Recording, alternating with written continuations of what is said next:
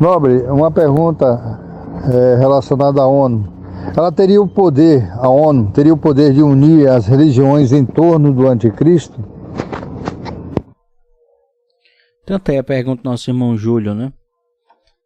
A ONU teria o poder de unir as religiões do mundo, né? A gente falou aqui anteriormente do Papa, né? Se o Papa teria esse poder. E a ONU? Será que a ONU tem esse poder? O Papa, a Igreja Católica não tem mais assim, nem de longe, a não ser que você vive em outro planeta.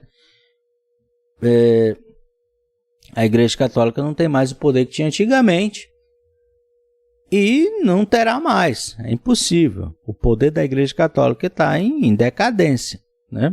Estou falando em questão de autoridade, de poder sobre nações e tal. Porque cada vez mais as pessoas estão se secularizando. E a ONU? A ONU teria esse poder de unir as nações do mundo em torno de um líder mundial? Cara, isso é uma boa pergunta. Agora, o que acontece? A ONU não manda nos países, a ONU não tem controle sobre os países, ela não tem um grupo separado que faz uma regra X e diz, olha, vocês, países, agora têm que obedecer essa regra aqui. Isto é uma ilusão de pessoas que não conhecem como realmente funciona a ONU lá dentro. E por que eu digo isso? Eu já fui na ONU? Não. Mas, por exemplo, tem o professor Rock, né? O Henry Ozzy Courquier, eu acho que o nome dele é assim, ele foi deputado na eleição anterior, né? Foi eleito, dessa vez eu acho que não foi. E ele trabalhou na ONU. O sonho dele, o sonho da vida dele era trabalhar na ONU, porque ele acreditava que ao trabalhar na ONU ele teria, né, alguma influência, aquele sonho jovem de mudar o mundo. Vou mudar o mundo para melhor, né? Eu vou trabalhar na ONU. É o meu sonho.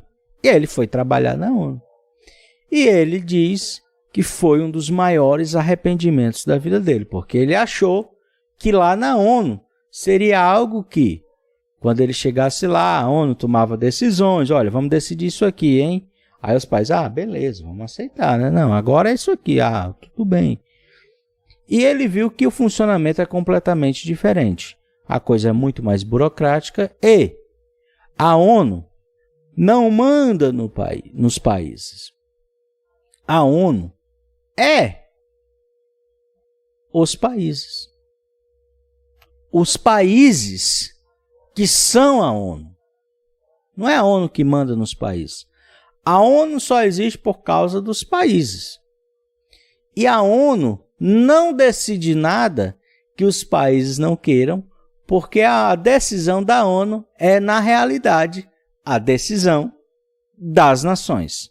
Eu vou dar exemplos aqui para vocês, tá? Existem duas votações na ONU, vou falar das duas mais importantes. A votação do Conselho de Segurança, que são 5 nações: França, Inglaterra, China, Rússia e Estados Unidos. São essas 5 nações do Conselho de Segurança da ONU. Dentro desse conselho, qualquer uma dessas 5 nações tem um poder de veto. O que significa o poder de veto? Se 4 nações, Estados Unidos, Rússia, França e Inglaterra, decidirem que a ONU precisa intervir, por exemplo, na China, um exemplo, aconteceu alguma coisa lá e eles entendem que a ONU precisa intervir na China militarmente falando, mandar tropas da ONU e que os países também se envolvam numa guerra contra a China. Isso nunca vai acontecer. Por quê? Porque a China faz parte do Conselho de Segurança da ONU e ela tem o poder de veto. Então ela diz, eu não quero essa votação aqui, e acabou. Foi o que aconteceu na guerra da Rússia e da Ucrânia. A ONU colocou em votação lá no Conselho de Segurança para tomar alguma medida contra a Rússia. Aí Estados Unidos, França e Inglaterra votaram que sim. A China, se eu não me engano, no Conselho de Segurança ficou na dela. Calada, como sempre ali, né? E a Rússia disse, não, eu não vou votar uma coisa contra mim. Ou seja, o Conselho de Segurança da ONU, ele funciona, mas ele é extremamente limitado. Precisa que essas 5 nações em comum votem. Então, você acreditar que Estados Unidos, China e Rússia vão estar alinhados em um propósito em comum, porque surgiu um homem muito bonitinho, né, com cabelo assim, tipo o meu, olha, tô achando bonito hoje. Muito bonitinho. E eles vão entrar em comum acordo e dar o seu poder para esse cara através da ONU. Vocês estão sonhando, mas sim, vocês estão sonhando no nível bem fora da realidade. A ONU tem um outro tipo de votação, que agora eu não sei o nome exatamente, mas é um Conselho Geral das Nações, ou seja, ele não tem o poder, como tem o Conselho de Segurança, de intervenções militares, mas ele tem um poder mais, vamos dizer assim, burocrático. O poder da ONU é enviar um recado. Então, essa votação da ONU é por maioria. Ok? Então, por exemplo, quando, por exemplo, teve a questão lá da embaixada americana em Israel. Estados Unidos, através do Donald Trump, olha, vamos colocar a embaixada em Jerusalém, porque todas as embaixadas são em Tel Aviv, né? A maioria. O presidente da Turquia diz o seguinte, não, vamos fazer uma votação aqui no Conselho Geral aqui da ONU para repudiar isso aí. Essa votação vai proibir que os Estados Unidos, ou proibir que os Estados Unidos colocassem sua embaixada lá em Jerusalém? Não. Ela não tem um poder de ação prática. Ela simplesmente é tipo uma nota de repúdio para alguma coisa que a maioria das nações do mundo não querem, mas não tem um poder prático. Então, a ONU tem 2 tipos de votação. Uma que tem uma finalidade prática, mas são 5 nações e existe o poder do veto de qualquer uma dessas 5. Mesmo quando eles votam favoravelmente, como foi, por exemplo, a ONU, na época da guerra do Iraque, não queria que os Estados Unidos invadissem lá o Iraque. E os Estados Unidos disseram o quê? Dane-se, eu vou invadir. E invadiu. Então a ONU, ela não é mandante das nações. A ONU não controla as nações. Isso é um erro primário que muitas pessoas cometem por não conhecer como é que funciona a ONU. A ONU não manda nas nações. A ONU é feita pelas nações.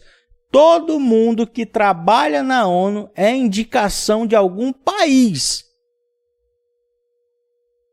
Um país indica lá várias pessoas para irem na ONU.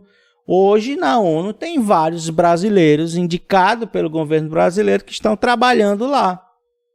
Desde embaixadores até pessoas de menor escalão. E elas vão defender a ONU? Não. Elas vão defender o interesse do seu país. Então, os funcionários do Brasil que estão lá na ONU vão defender os interesses do Brasil. Os funcionários dos Estados Unidos que estão lá na ONU vão defender os interesses dos Estados Unidos. Os funcionários da China que estão lá na ONU vão defender o interesse da ONU? Não. Vão defender o interesse da China. Os funcionários que estão lá da França, e assim vai, por todos os quase 200 países do mundo, cada um defendendo seus próprios interesses. Inclusive esse cara que trabalhou na ONU, o professor Roque, ele disse uma coisa bem interessante. Ele disse que tinha uma hora que estava lá, por exemplo, um cara lá da França, está fazendo lá o discurso. O cara da China, que está na mesma sala, está lá dormindo. Tipo, Tá nem aí, entendeu? O que esse cara tá falando? Porque é só uma questão mesmo de propagar. E aí quando o cara da China vai falar, é o cara da França que vai dormir também. Então assim, é só um palco para as nações divulgarem. Então quando tem aquela convenção da ONU, sempre eles dizem que tem 2 tipos de discurso dentro do mesmo discurso, que é o quê? O discurso externo, ou seja, quando um país ele vai fazer um discurso na ONU para as outras nações observarem, e também tem um discurso interno, que é o discurso para a sua própria população. Então, todo presidente, quando vai discursar na ONU, ele faz um discurso interno para a sua nação, para os seus cidadãos, e ele faz um discurso externo. A ONU é somente um palco para as nações, ela não manda nas nações, ela não tem o poder de decidir. Hoje, as nações, agora, se você acredita que as 200, né, quase 200, eu vou arredondar, tá? Se você acredita que as 200 nações do mundo, com todas as suas diferenças, com todas as suas complexidades, com vários países disputando entre si, com várias nações em guerra, magicamente, amanhã, todo mundo vai estar unido, bonitinho. Opa, estamos juntos aqui, queremos o líder fulano de tal aqui para reinar sobre nós, porque ele é o cara, e vamos dar todo o poder para ele. Se você acredita nessa fantasia, seja feliz, mas isso não existe. Você gostou desse vídeo? Então não esqueça, deixe o seu like e inscreva-se no canal. Isso é muito importante para que a gente possa alcançar um número ainda maior de pessoas. E não se esqueça, todas as terças e quintas temos lives às 8 horas da noite aqui no canal Apocalipse em Foco.